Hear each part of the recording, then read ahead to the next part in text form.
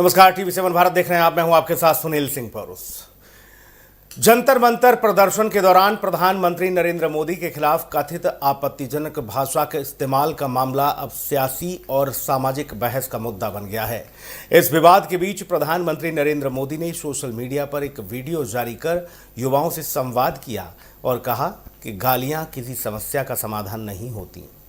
वहीं जिस लड़की पर आपत्तिजनक नारे लगाने का आरोप लगा, उसने भी एक वीडियो जारी कर माफी मांगी। प्रधानमंत्री मोदी ने शुक्रवार देर रात इंस्टाग्राम पर एक वीडियो शेयर किया। इस वीडियो में उन्होंने जंतर मंतर प्रदर्शन के दौरान हुई बयानबाजी का जिक्र करते हुए कहा कि किसी भी सभ्य समाज में इस तरह की भाषा उचित नहीं है। पीएम मोदी ने कहा कि प्रदर्शन के दौरान उन्हें और उनके दिवंगत मां को लेकर अपशब्द कहे गए, गालियां दी गईं। उन्होंने कहा कि समाज में नाराजगी और आक्रोश को मैं समझ सकता हूं, लेकिन अभद्र भाषा से किसी समस्या का समाधान नहीं निकलता। प्रधानमंत्री ने कहा कि बच्चों से गलतियां हो सकती हैं और उन्हें अपनी गलतियों से सीखने का मौका भी मिलना चाहिए। उन्होंने यह भी कहा कि वह ऐसे भटके हुए बच्चों को माफ करना चाहते हैं और उन्हें सही रास्ते पर आने का अवसर देना चाहते हैं। वहीं इस मामले में अब एक नया मोड़ आ गया है, जब जंतर मंतर प्रदर्शन में कथित तौर पर प्रधानमंत्री के खिलाफ आपत्तिजनक टिप्पणी करने वाली लड़की ने भी वीडियो जारी कर माफी मांगी है। हाय फ्रेंड्स, आज तो मन करता है बस आपसे ही बातें करूं।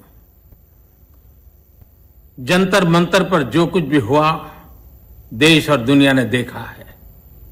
कुछ शरारती बच्चों ने भद्दी भद्दी गालियां बोली। किसी भी सभ्य समाज को शोभा न दे ऐसे शब्दों का प्रयोग किया गया।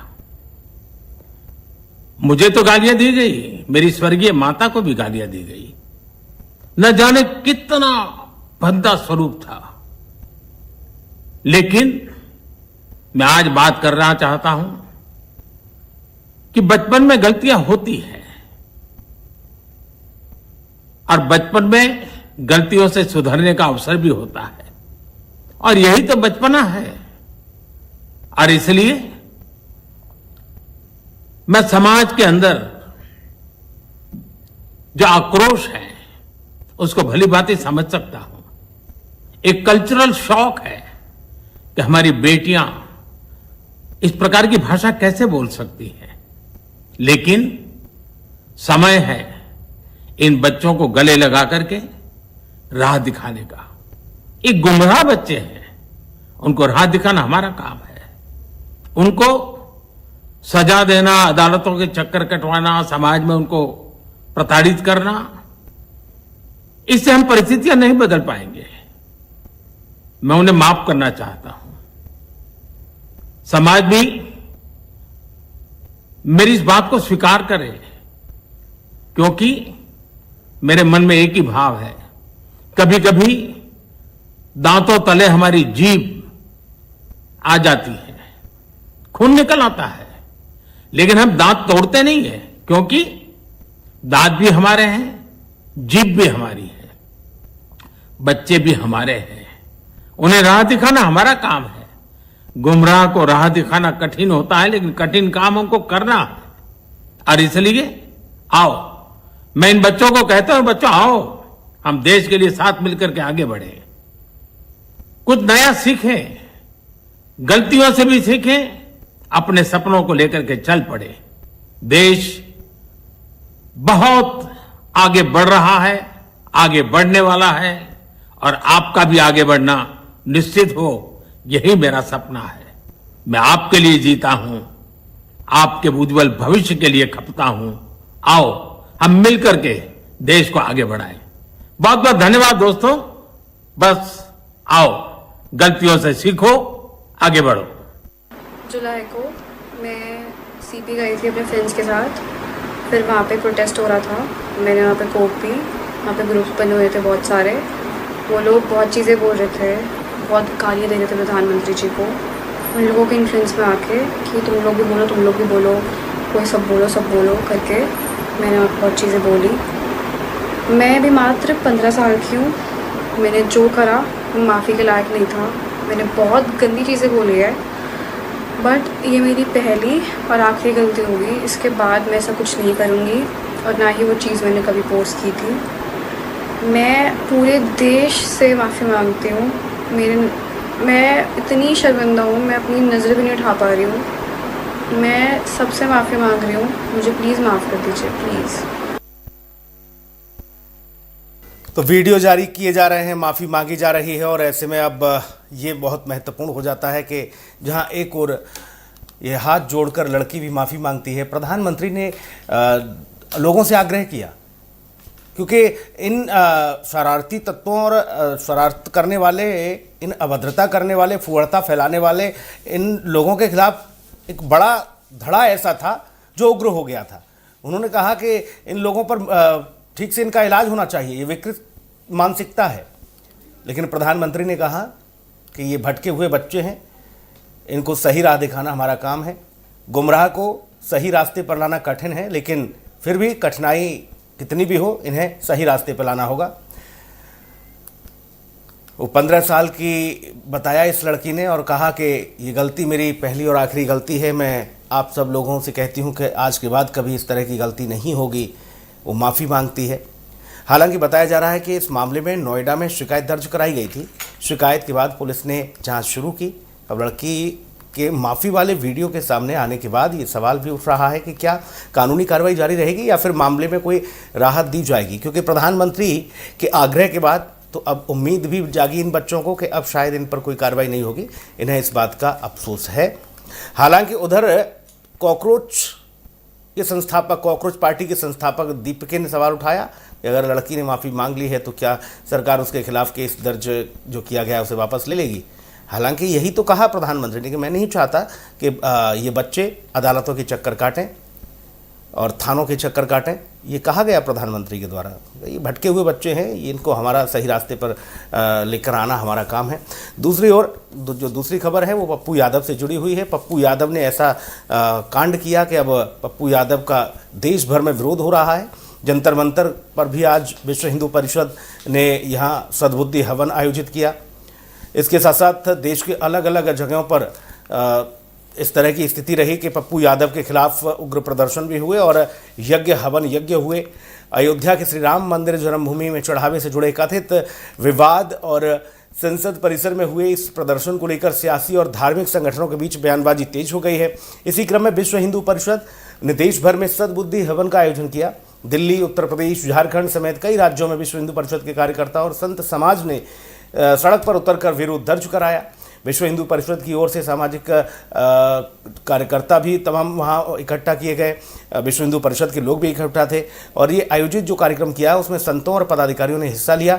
संगठन का कहना है कि धार्मिक आस्थाओं और भारतीय संस्कृति के सम्मान को लेकर समाज में जागरूकता जरूरी है। नेताओं ने आरोप लगाया कि हाल के दिनों में धार्मिक प्रतीकों और संतों की वेशभूषा का इस्तेमाल राजनीति का प्रदर्शन के लिए किया जा रहा है, जो उचित नहीं है। दिल्ली में आयोजित कार्यक्रम में श्री राम जन्मभूमि तीर्थ क्षेत्र ट्रस्ट की ट्रस्टी और शंकराचार्य विश्व प्रसन्न तीर्थ स्वामी महाराज समेत यहां देखिए कई संत पदाधिकारी मौजूद रहे। नेताओं ने कहा है कि देश भर में आयोजित हवन का उद्देश्य समाज में सकारात्मक सोच और सद्बुद्धि की कामना करना है। उत्तर प्रदेश में भी कई स्थानों पर कार्यकर्ताओं ने, विश्व हिंदू परिषद के कार्यकर्ताओं ने हवन किया। पप्पू यादव की सद्बुद्धि के लिए हवन किया गया, पुतला तक फूंका गया। कार्यकर्ताओं ने कहा कि धार्मिक भावनाओं से जुड़े मामले में मर्यादा बनाए रखना बेहद जरूरी है। ये आरोप भी लगे कि कुछ लोगों द्वारा सनातन परंपरा को लेकर आपत्तिजनक तरीके से अपमान किया जा रहा है।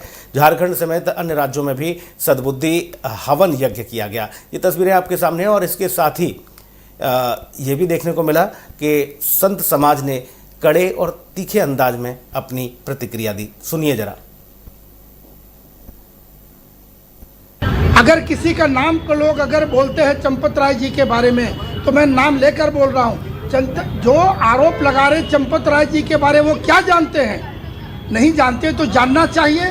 हमारे विश्व हिंदू परिषद के लोग पूरे विश्व में हैं, आप जाओ पूछो।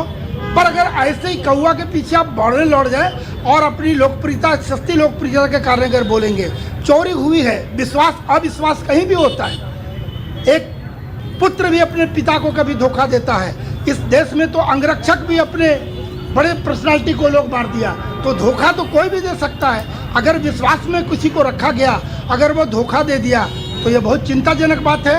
हम भी इसके लिए पीड़ित हैं और हम भी उसकी आवाज़ उठाएं। विभिन्न चैनलों में आपने देखा होगा, हम उसकी आवाज़ उठाते रहे हैं और तब तक उठाते रहेंगे कि जब तक दूध का दूध पानी का पानी ना हो जाए, जब तक दोषी को सज़ा ना मिल जाए, हम चैन से नहीं बैठेंगे। हम इसकी निंदा करते हैं, आहत हैं, चंदा चोरी हुई है, स्वीकार करता हूँ, बहुत ही गंदी घटना हुई है। उस घटना से पूरा देशवासी आहत है, हम भी आहत हैं, लेकिन हम उसकी प्रतीक्षा कर रहे हैं। योगी जी पर हमें भरोसा है। SIT की जो जांच की है, योगी जी दूध का दूध पानी का पानी करेंगे, इस प्रकार का उन्होंने वादा किया है और वैसा करेंगे।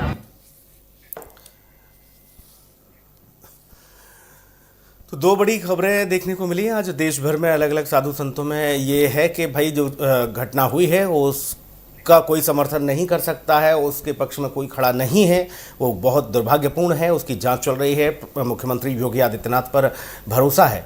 लेकिन एक और जहां प्रधानमंत्री ने ये वीडियो संदेश जारी करके जो कहा, उससे इससे ये समझने की कोशिश करेंगे कि क्या वाकई में प्रधानमंत्री नरेंद्र मोदी ने जैन जी को ये संदेश देकर अपनी ओर आकर्षित कर लिया, जो बड़ा दिल दिखाया है।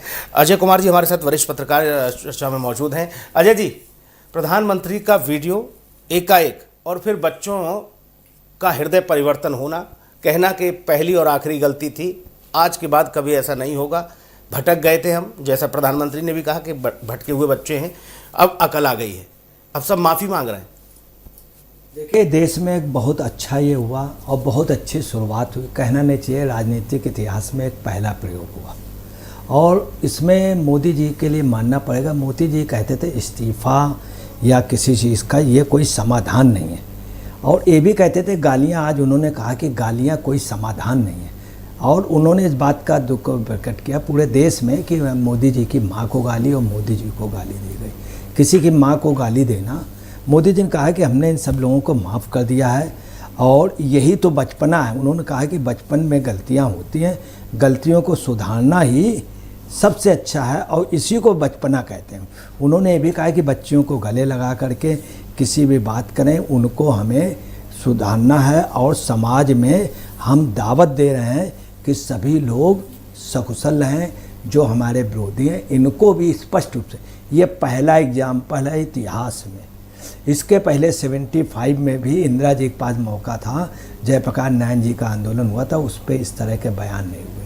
अन्ना आंदोलन में भी ऐसा हुआ। ये पहले आंदोलन पे एक प्रधानमंत्री ने इस तरह की पहल की, ये देश की अच्छी शुरुआत है। ये शुरुआत कब हुई थी? लाल बहादुर शास्त्री जी के समय हुई थी 65 में, जब ज्ञानाज वगैरह की कमी थी, तब उन्होंने इस तरह से कहा था और देश की एक अलग, आज भी उनको याद किया जाता है। तो ये बहुत अच्छी शुरुआत कि एक इतना बड़ा वजीर आजम ये अहम तोड़ करके अपने विरोधियों को गले लगाने की बात कही बच्चों, और उस बच्ची ने भी सॉरी बोली। और यही नहीं, आपको बताना है कि इतिहास में पहला देश की आज़ादी के बाद में जब नीट वाली समस्या हुई, उसका पूरा समाधान किया गया। 10 साल की जेल, करोड़ों रुपए की वो डेली सुनवाई, 5 महीने से पहले हर सूरत में केस का निपटारा, 3 महीने के अंदर की मियाद है, मैक्सिमम 5 महीने, और तमाम, वो यही नहीं, तमाम लोगों को जेल के लिए तमाम लोगों की नौकरियां गई। साथ में सिस्टम को बनाने के लिए, एग्जामिनेशन अच्छे करने के लिए बड़े लोग आए, नीलेकर जैसे। मैं इतना समझना चाह रहा हूँ, इस वीडियो का क्या धरातल पर क्या असर होगा, क्या फर्क पड़ने वाला है जैन जी में खासतौर पर? बहुत बड़ा असर पड़ रहा। आज आपको बताना है, तमाम बच्चे महसूस कर रहे हैं कि प्रधानमंत्री ने किस तरह से सारी, सबसे बड़ी बात है कि नीट की परीक्षाएं या सारी परीक्षाएं ढंग से, उसका पूरा उन्होंने एक सिस्टम बना दिया, कानून आ गया, और कानून के साथ जिन बच्चों ने कुछ गलत बोला था उनको माफ़ कर दिया उन्होंने बाकायदे। यही नहीं, उन बच्चों ने भी माफ़ी मांग ली।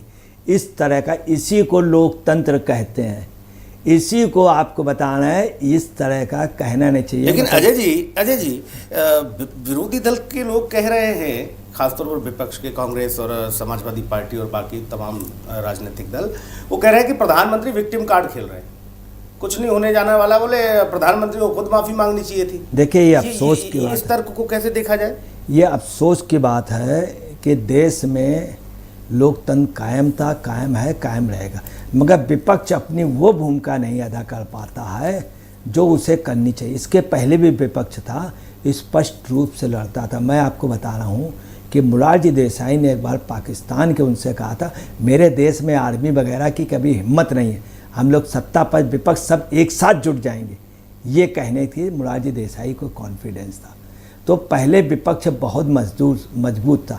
राम मनोहर लोहिया, अटल बिहारी वाजपेयी और दीनदयाल उपाध्याय। यही नहीं, जिस समय देश पे हमला होने का हुआ, पाकिस्तान लड़ाई, तो इंदिरा जी को अटल बिहारी वाजपेयी देवी कहते थे।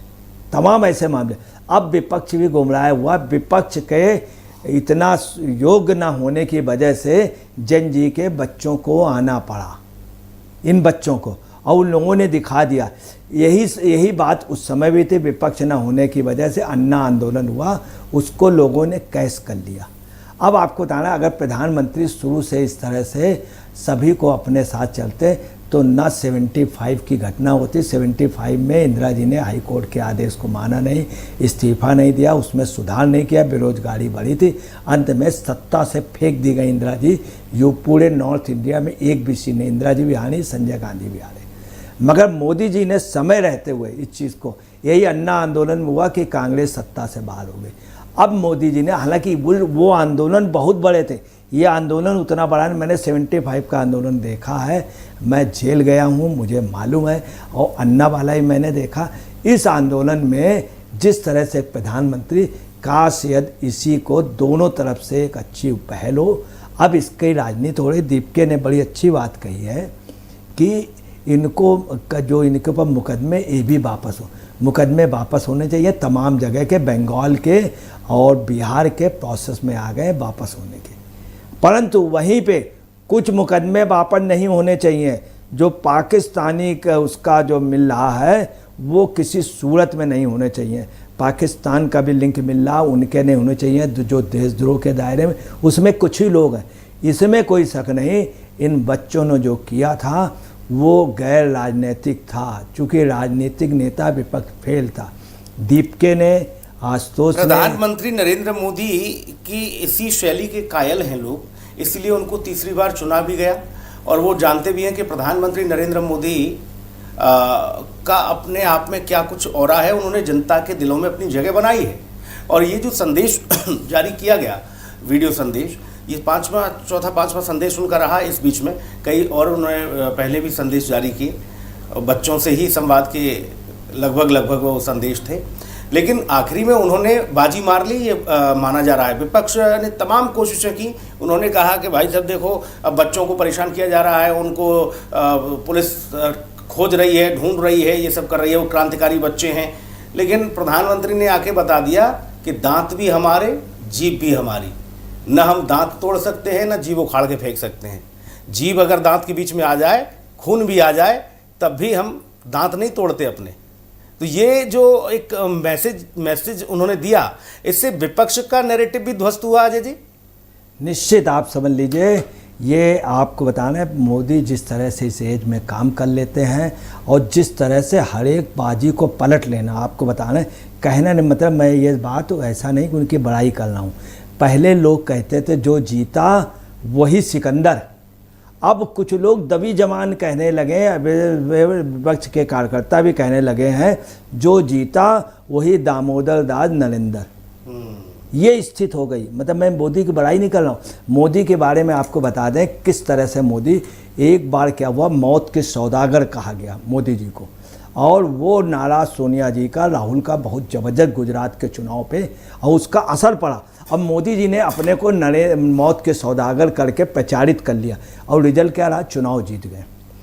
एक बार चुनाव से पहले क्या हुआ कि राहुल गांधी ने कहने शुरू किया, क्योंकि ये कह रहे थे कि मैं चौकीदार हूँ, तो उन्होंने कहा चौकीदार चोर है। सब जगह प्रमाणित हुआ और सब जगह इन्होंने प्रचारित किया और उससे हर रैली में इन्होंने कहा। उसके बाद मोदी जी ने खुद अपने को चौकीदार कह दिया। और जिस समय चुनाव शुरू हुए, जब चुनाव आचार संहिता लगी, उसके 7 दिन बाद मोदी जी ने अपने नाम के आगे के लिख दिया, मैं भी चौकीदार, नरेंद्र मोदी चौकीदार।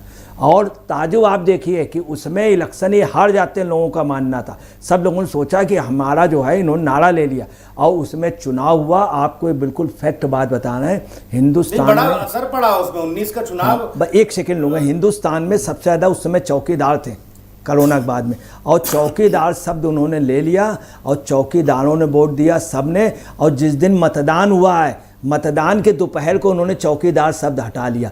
तब ये पता चला कि वास्तव में मोदी से बड़ा मदारी, मोदी से बड़ा जादूगर इस देश में अभी कोई नहीं।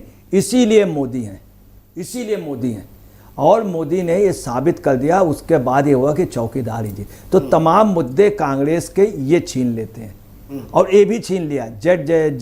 जो ये था, ये बच्चा आपको बताना गुमराह होने से बच गया निश्चित। और अब बच्चा सोचेगा। अब समस्या है कि अगर आंदोलन आप जंतर मंतर में करेंगे तो माँ आने नहीं देगी, बाप आने नहीं देंगे, समाज नहीं आने। इन बच्चियों ने कुछ समाज में बहुत ज़्यादा वो महसूस हो रहा है, उनके माँ बाप सब खिलाफ बच्चियाँ एहसास कर रही, बच्चे ऐसा। मगर ये बच्चे निर्दोष थे, इनोसेंस थे, माफ़ कर दिया। और इसमें लोग गलत लगे, इसमें ख़ास तौर से दीपके का या आशुतोष राणा का या पांडे का या मैडम शर्मा का, इन लोगों का, हाँ आशुतोष राणा का, या उनका नहीं योगदान था वांगचुक का। ये लोगों ने वास्तव में त्याग किया। जिन्होंने त्याग नहीं किया था वो कैश कराने चल रहे हैं। ठीक, यानी आप ये मान रहे हैं कि विपक्ष का गुब्बारा फूट गया, उसकी हवा निकल गई, मोदी ने माहौल लूट लिया। आपको बताना है, विपक्ष जैसे फुटबॉल होती है तो फुटबॉल गुब्बारा जो होता है बहुत हल्का होता है। वो मोदी के पास आया, मोदी ने उसको लात मार दिया, मतलब उसमें शॉट लगा दी और गुब्बारा जो है फूट गया। ये स्थिति, मतलब एक प्रकार से किक मार दी और किक से गुब्बारा फूटना, ये ज़्यादा दुखद। ऊपर जाके फूट जाता, वो ऊपर ही नहीं जा पाया, नीचे ही हवा भरी। इन लोगों ने बेचारे राहुल गांधी ने कितने, और गुब्बारे से मजबूत फुटबॉल थी, उसको भी फोड़ दिया। हाँ, उसको फोड़ दिया। ये चीज अफसोस है। अजय जी ने बड़ी बात कही है, उन्होंने कहा कि विपक्ष का गुब्बारा ही नहीं फूटा भैया, विपक्ष के बाद जो फुटबॉल थी वो भी, उसकी भी हवा। सबसे बड़ी बात, उसको फूंक फूंक करके जो विपक्ष ने किया था, पूरी सांस निकाल दी, उनके गर्दन फूल गई, गला फूक गया। अब मोदी ने एक शॉट में ही, यही मोदी को इसीलिए कहते हैं जो जीता वही दामोदर दास। नहीं, हम नहीं कहने, ये कांग्रेस कार्यकर्ता दबे जवान कहते हैं। ठीक है, आपसे तो सभी हिले मिले हैं, तो इसलिए वो कान में कह भी देते होंगे धीरे से। हमारी चूंकि आपको बता रहे हैं, आप पार्टी से। मैं अब दूसरी खबर का जिक्र करूंगा। दूसरी खबर, संसद परिसर में एक बड़ा नाट्यक्रम देखने को मिला। संसद परिसर में पप्पू यादव पहुंचते हैं साधु का भेष रख के। वो राम मंदिर में चढ़ावा चोरी का विरोध करते हैं, हाथ में भगवान राम की फोटो लेते हैं। समाजवादी पार्टी के अयोध्या से सांसद, फैजाबाद सांसद अवधेश प्रसाद वहां जब उनके नज़दीक पहुंचते हैं तो वो पाँव पड़ते हैं उनके। पप्पू यादव साधु के वेश में पाँव पड़ते हैं और हाथ में राम का फोटो होता है, भगवान रामलला का चित्र, और वो चित्र को भी पैरों में डाल देते हैं। वो दृश्य हर किसी को नागवार गुजरा। देश भर में जबरदस्त विरोध प्रदर्शन हुआ, जंतर मंतर से लेकर बाकी अन्य जगहों पर भी तमाम साधु संत महात्मा आए। उन्होंने पप्पू यादव की सद्बुद्धि के लिए हवन यज्ञ किया और यहां तक ऐलान किया कि पप्पू यादव का सिर लेके आओ तो हम इतनी इतनी रकम भी देंगे। आक्रोश है, भारी आक्रोश है। ये तस्वीरें देखिए, ये वो तस्वीर है पप्पू यादव की, जब पप्पू यादव संसद परिसर में बैठकर ये इस तरह का ढोंग कर रहे थे, प्रदर्शन कर रहे थे भौड़ा साधु के बीच में। अब इसकी प्रतिक्रियाएं आने लगी हैं, देश भर में लोग आक्रोशित हैं। अजय जी, ये पप्पू यादव ने ये कदम उठाकर, या ये कहे कि ये वाली लाइन लेकर के साधु महात्मा और गले में रुद्राक्ष डाल के और चढ़ावा चोरी पर जो प्रदर्शन किया रामलला की फोटो लेकर, ये उल्टा पड़ गया इनके लिए। देखिए, आपको बताना है, पप्पू यादव सजा याफ्ता लोगों में अपराधी प्रवृत्ति के हैं, तमाम मुकदमे। और पप्पू यादव वो हैं, हिंदुस्तान में माधेपुरा लोकसभा ऐसी है जहाँ पे राजीव गांधी को जीप से खींच लिया गया था, अडवाणी को बेइज्जत किया गया था, जीप से खींच लिया गया।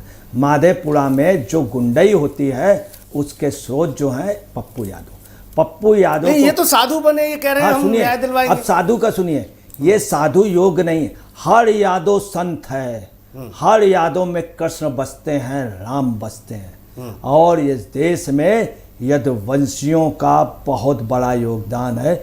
लोग पांडव कुल के हैं, खास तौर से दिल्ली के आसपास रहने वाले सभी पांडव कुल के, कुछ कौरव कुल के भी हैं। उनकी वो आदतें नहीं जाती।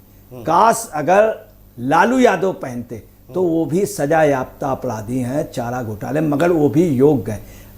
राबड़ी देवी बहुत योग, इतने बच्चे उनके हुए, अच्छा मुख्यमंत्रित्व चलाया, अपने पति की भी सेवा करती, पार्टी की भी, वो बहुत योग्य हैं, पूजनीय महिला।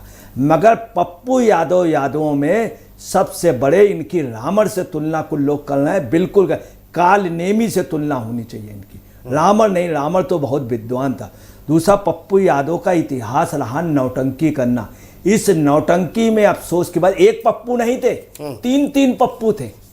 एक मोटा वाला पप्पू, बड़ा पप्पू, एक पप्पू और था जो यूपी छोड़ के भागे थे। कहाँ? समुद्र के किनारे, केरल। कहाँ पे? मुल्लापुरम जहां पर है, वहां जहां का कतले आम मशहूर है। एक पप्पू। तीसरा एक पप्पू और थे, टोटी वाले। 3 पप्पू। अब 3 पप्पू को इनको सोचना चाहिए। आपने दिल्ली वाले जिनको कहा जाता था, राहुल जी को भी पप्पू पप्पू कहते थे लोग। राहुल जी पप्पू हैं, आपको बता रहे हैं, एक बात सुन लीजिए। हाँ।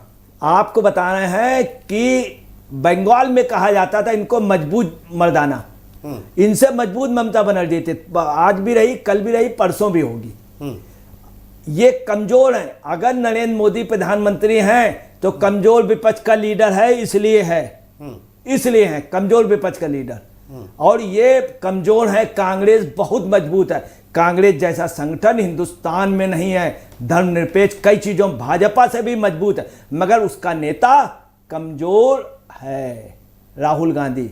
लोग कह रहे हैं कि पप्पू यादव ने खुद तो वो साधु बने ही बने पप्पू, और राहुल गांधी जी को भी पप्पू बना दिया। इन दोनों को पप्पू बना दिया। ये एक सुनिए, आप पप्पू यादव नकली पप्पू माने जाएंगे, वो दोनों असली पप्पू बन गए। और पप्पू पप्पी के चक्कर में आप समझ लीजिए कि विपक्ष जो है उसका नुकसान है। अब तीसरी बात देखिए क्या है कि ये गेरुआ पहनने के अधिकारी नहीं, हर यादव है, ये नहीं है। ये कौरव बताया आपने। हाँ, ये कौरव ये नहीं, ये कौरव वंशी हैं, वास्तव में हैं। आपको बतलाना है, सुन लीजिए। यहां पर आज हम आपको बिल्कुल फैक्ट बता रहा हूं। जितना गुजर है, जितना जाट है, ये प्योर पांडव है, प्योर पांडव है। जितना ठाकुर, ये सब छत्री थे, यदुवंशी छत्री थे। और कुछ कौरव यहां से चले गए थे, जो पूर्णिया के पास गए थे, उसी खानदान के ये हैं, ये फैक्ट है। पूर्णिया से तो है वो सांसद। हाँ, ये वहीं से। दूसरी बात, ये सांसद ने कोई पार्टी, राहुल गांधी ने इसको मंच में नहीं चढ़ने दिया, मंच से उतार दिया था। है अडवाणी ने इनको मंच से में नहीं। ये सबसे बड़ा जो ये पप्पू यादव है, सबसे बड़ा भक्त, सबसे ज्यादा पैर किसके छूता है? मोदी के। मोदी जी को बहुत मानता। मोदी जी लिफ्ट नहीं देते। अभी कुछ दिन पहले बता रहे हैं, इतना वजन, और वो आ रहे थे जगदम्बिका पाल, तुरंत इसने लपक के पैर छुए। कल इसने एक काम पप्पू यादव ने जिंदगी का सबसे अच्छा किया है, जिसमें तालियां बजनी चाहिए। एक दलित के पहले बार पैर छुए। मगर इसने क्या किया कि भगवान राम की भी फोटो वहां लग दी। कितनी गलत। आपको यही नहीं कहना चाहिए। बिल्कुल वही पोजीशन, जैसे चिड़ियाघर से सुअर के बाड़े से आप किसी को पकड़ लाओ, या वहां पे किसी बाड़े से पकड़ लाओ, तो वो हिंदुस्तान की राजनीति करे तो नहीं कर सकता है। ये पप्पू यादव जो हैं, दूसरा, इनको गेरुआ पहनने का अधिकार नहीं है। इन्होंने जिस तरह से कलावा पहना, रुद्राक्ष की माला पहनी, भगवान की तस्वीर ले ली और पैसा चुरा के खुद भागे। और आप देखिए कि हम तो उनकी कहेंगे, तब भी उन्होंने रुपए निकाल के दिया। बहुत बड़ी बात है कि सार्वजनिक रूप में किसने, अखिलेश ने किसी को पैसे दिए। आज तक अखिलेश ही नहीं थे वहां। नहीं, अखिलेश कह रहे हैं, ये राहुल गांधी ने पैसे दिए। नहीं तो आपको बताना है, दरभंगा नरेश ने इतना पैसा, इतना सोना दिया था। एक खानदान जो राजनीतिक दल का, उसके माँ, बेटे, दामाद और लड़का, चारों उसी के खर्चे में अभी भी चल रहे हैं, दरभंगा महारानी के खर्चे से। उन्होंने सोना इतना दिया था, और उन्होंने किसी को पैसा दिया। अच्छा, और ये पप्पू यादव वहां भी चोरी कर रहा है, भाग रहा है। आप देखिए, भाग रहा। इसलिए संतों की ये इस तरह से करना बहुत बड़ा एक दुखद है। ये ड्रामेबाजी के लिए इनको अगर पप्पू यादव में जा रही भारत की राजनीति बहुत गलत उसमें जा रही। विपक्ष नहीं, मुलायम सिंह ने नौटंकी पसंद नहीं की, कभी नौटंकी नहीं की। नेहरू जी ने कभी नहीं। इंदिरा गांधी इतने बोल्ड लीडर थे, एक बार उनको बंद किया था पूरा विपक्ष हिल गया था। चौधरी चरण सिंह की चूल्हे हिल गई थी। और ये पप्पू यादव को ये नेता बता रहे हैं। कौन? राहुल गांधी, अखिलेश भी बता। मगर अखिलेश इन मामलों में समझदार, मियाँ बीबी दोनों समझदार। कुछ भी हो, सीजेपी वाले मियाँ बीबी दोनों गई और वो नहीं गए। अम्मा बिटिया दामाद और पप्पू बाबू वो नहीं गए। अगर चले जाते जंतर मंतर वहां पहुंच गए। ये ड्रामेबाजी। अजय जी, आपसे कांग्रेस के लोग नाराज हो जाएंगे, आप पप्पू कह रहे हैं बार बार। नहीं, पप्पू तो ही है। पप्पू हम नहीं कह रहे, कांग्रेस के लोग भी मान रहे हैं, वो भी दुखित हैं। हर कांग्रेस इतनी मजबूत है। कर्नाटक में प्रचार करने नहीं गए, सत्ता में आई। तेलंगाना में नहीं गए प्रचार कर। गुजरात में सबसे ज्यादा प्रचार किया, गुजरात में चली गई कांग्रेस। ये आपको बताना है। सच ये है, जो इंदिरा जी में बात थी, जो नेहरू जी में बात थी, जो राजीव गांधी में बात थी, वो इनमें नहीं है। ये कमजोर हैं, कमजोर हैं, हर तरह से कमजोर हैं। आपको बताना है, इनसे बड़ी लीडर प्रियंका गांधी हैं, मगर मम्मी उसको आगे नहीं आने देती, क्योंकि प्रियंका कोई कंट्रोल नहीं कर पाएंगी। सोनिया जी प्रियंका को कंट्रोल नहीं, मगर प्रियंका जी 6 बजे के बाद प्रचार नहीं कर सकती हैं। ये भी एक दुर्भाग्य है। नहीं, प्रियंका 6 नंबर की लीडर है हिंदुस्तान की। हिंदुस्तान के जो टॉप लीडर हैं, अगर प्रियंका को प्रचार दें तो प्रियंका 2nd नंबर पे लीडर। लेकिन उन्होंने कहा था लड़की हूं, लड़ सकती हूं। अब थोड़ी सी एज हो गई प्रियंका की, वो बात नहीं है कि थोड़ी एज नहीं, बाकी नहीं एज हो गई। देखिए ये सब चलता है। अरे राजनीति में नया सिक्का पुराने सिक्के को चलन से बाहर कर देता है। अजय सर, राजनीति में राहुल जी प्रियंका जी परिपक्व हुए हैं, आप कह रहे हैं कि एज हो गई है। और दूसरी बात यह है कि वो लड़की हूं, लड़ सकती हूं का नारा उन्होंने ही इजाद किया था उत्तर प्रदेश में। फोटो दी उसको टिकट। पहली बार जब चुनाव में उतरी उत्तर प्रदेश के, तब ये कहा गया कि ये तो इंदिरा है, इंदिरा की झलक दिखती है इनमें, इंदिरा गांधी की तरह उन्हें लिया। लेकिन उत्तर प्रदेश की जनता ने सीरियस ही नहीं लिया। भाई साहब, कहीं की जनता ने लिया, उसकी वजह है इस ये लेडी का इतना जबरदस्त चार्म है, इंदिरा जी का अश्क है, मगर ज़्यादा मेहनत नहीं। 6 बजे के बाद उनके ठीक से चलती नहीं, पर उन प्रचार नहीं कर सकते। ऐसा क्यों? 6 बजे मोदी के बाद है कुछ है। अब आपको बताना है, मोदी जी बहुत समझदार। आप अंदरूनी जानकारी बहुत रखते हैं। क्या है 6 बजे वाला मामला? आपको 2014 में 2014 से पहले जब इनकी सरकार आई थी, तो नितिन नीलेकर जैसे महान लोग आए थे। आधार कार्ड उनकी देन है, तमाम देन है उनका। आप समझ लीजिए मुझे जो 6 बजे वाली बात जो अजय जी आपने कही ना, मुझे एक वाकया याद आ रहा है। चुनाव राजस्थान में वसुंधरा राजे मुख्यमंत्री हुआ करती थी, तब एक बड़ी लाइन जोर शोर से उछली भैया। तमाम वहां ये लाइन उछली कि 8 बजे के बाद वसुंधरा जी शाम को बाहर नहीं निकलती हैं। और प्रचार तो छोड़ो, बाकी किसी से मिलना जुलना भी नहीं, कितना भी बड़ा हो जाए। एक सेकंड सर, उसमें नाम दिया गया था 8 PM नो CM। आपको बताने, देश का दुर्भाग्य रहा, कहना नहीं चाहिए। देश के प्रधानमंत्री नेहरू जी का भी यही था। जैसे दोपहर को सिगरेट पीते थे, शाम को वो भी लोगों से नहीं मिलते थे। सिर्फ एक प्रधानमंत्री थे जो पीते नहीं थे, जिनके लिए कंफर्म बतला रहा हूँ। वो कौन थे? वो थे मोरारजी देसाई। वो शराब नहीं पीते थे, उन्होंने ये कह दिया था हम स्वमूत्र पीते हैं। माफ कीजिएगा, नहीं कहना चाहिए। अटल बिहारी वाजपेयी भी जब विदेश मंत्री थे, जब आते थे तो वो ज़्यादा लोगों से मिलते नहीं थे। ये बात हम नहीं कहना, सुब्रमण्यम स्वामी ने कही, तमाम लीडरों ने। तो तमाम ऐसे देश के नेता 99% आप समझ लीजिए जो ड्रिंक करते हैं। आप तो पोल खोल दे रहे हैं, न जाने क्या क्या कर दे रहे हैं। आप लड़ाई करवा देंगे, आपके पीछे लग जाएंगे बहुत से कार्यकर्ता। तमाम आजकल आक्रोशित बहुत हैं। आपको कॉकरोच वालों की तरफ जब से हुआ है मामला, तब से ढूंढ रहे हैं लोग। आपको एक बात बता दूं, एक बार हिंदुस्तान जीता, लता मंगेशकर ने बहुत अधिक वो अमाउंट दिया और भारतीय क्रिकेट टीम जीती। उसके बाद कई नेताओं का एक कार्यक्रम हुआ। उसमें इन नेताओं ने क्या गाना गाया जिसमें हर नेता झूमा। उसमें गाया, आज तो मैंने पी ही नहीं, ये कल का नशा है, कोई ये पिला दे तो मैं क्या करूं, सारी दरिया या शराब बन जाए तो सबको दिखा दिखा के पीऊं।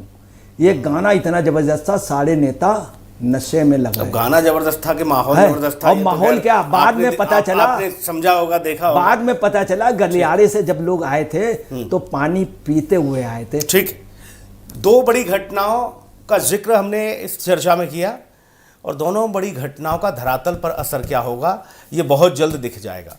प्रधानमंत्री नरेंद्र मोदी के द्वारा जारी किया गया ये वीडियो संदेश जैन जी के लिए, उन लोगों के लिए जिन्होंने प्रधानमंत्री को, उनकी मां को गालियां दी, अभद्रता की, बदसलूकी, बदतमीजी की हद पार की, सभ्य समाज की एक मर्यादा को तार तार किया, उनको प्रधानमंत्री ने माफ कर दिया।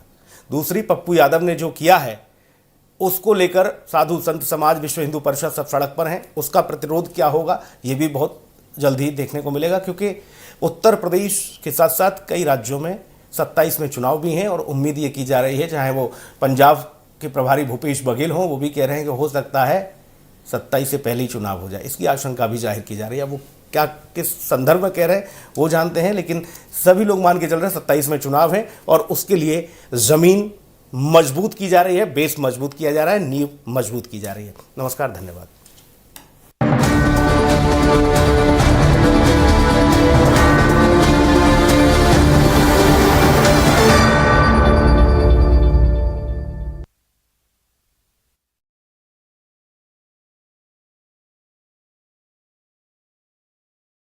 समझेंगे हर सियासी चाल, टूटेगा झूठ का हर जाल, न शोर न बवाल, सिर्फ तथ्यों पर होगा सवाल, होगी सच की बेबाक पड़ताल, उठेगी जनता की हर